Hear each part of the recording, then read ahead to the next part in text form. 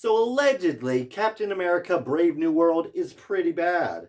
This movie just didn't hit the spot for most people. It's like the worst thing to come from the MCU. What are you guys talking about? You guys need to stop lying. Like you're telling me out of all of the terrible MCU movies that have come out recently, like in stage 4 and 5 after Endgame, this is the one that really ticked you all off. Why? Now, I'm not here to claim that this movie is some kind of masterpiece or that it's even like a really good MCU movie. No, it's just a subpar, generic, but entertaining film. Like, it's just a typical Marvel blockbuster film. Kind of like Phase 1 with, like, the first Incredible Hulk or Iron Man 2 or, in my opinion, Captain America the First Avenger or something. I think it's better than Thor the Dark World. I thought Thor the Dark World was actually not that good. But I would put this movie on that kind of C tier Marvel movie kind of level. Like it's not anything special. It definitely had its moments, both good and bad. Its plot was a little bit simplistic, but I did like how it used elements from previous movies and expanded on them, especially with things that happened in The Incredible Hulk. I was happy that we got actually some payoff after like almost 2 decades almost. Like that's crazy that it's been that long. But yeah, we finally got some good payoff.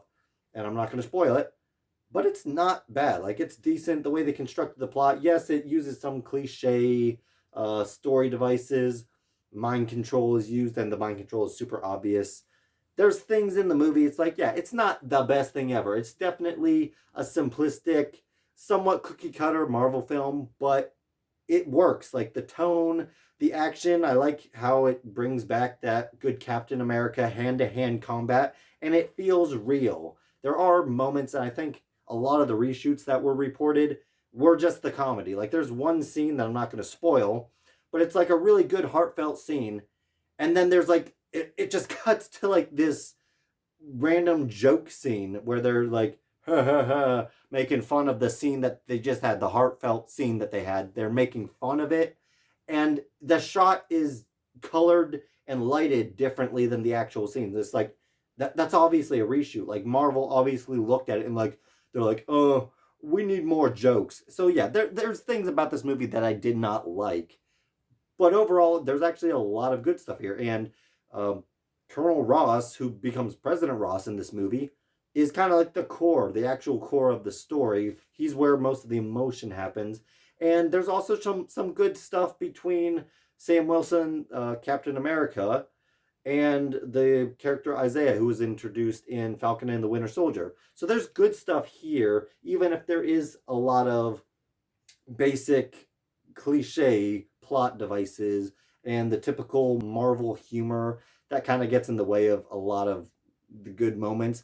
But actually, there was a little bit of a balance here. I think that probably the original cut didn't have enough humor for the studio's liking. They're like, we've got to have more jokes. And so there's so many scenes where it's like the jokes just aren't funny, and when they are funny, it's like, yeah, it feels natural to the story, kind of like the Marvel Cinematic Universe started out as, where the jokes weren't just there to be stupid. But that's really what I have to say about this movie. There's nothing overly special about it. Like we get some stuff with the Red Hulk as shown in the trailer. Don't get your hopes too high with that. Like it's not gonna be throughout the movie, but we weren't promised that. So yeah, get over it. And honestly, I think the Red Hulk stuff was kind of like my least favorite part about the movie. There's good stuff here to be had. Like it's definitely like it's like a mystery espionage Captain America military feeling movie. It's just a fine blockbuster to go watch, have fun. It's by no means like this terrible film that deconstructs the universe. Like y'all are really comparing this movie on the same level or below the same level as things like Ant-Man 3, Black Widow, and Thor Love and Thunder. Like that's crazy. This is one of those cases where I'm like agreeing with Grace Randolph from Beyond the Trailer more than I'm agreeing with the Critical Drinker. Like I didn't even watch the Critical Drinker's whole review because he started getting into like spoilers and stuff. I'm like, okay, or at least like he started like explaining the plot. I'm like, I'll watch the movie first and then maybe come back to it. But it's like, yeah, I think he's just completely biased at this point.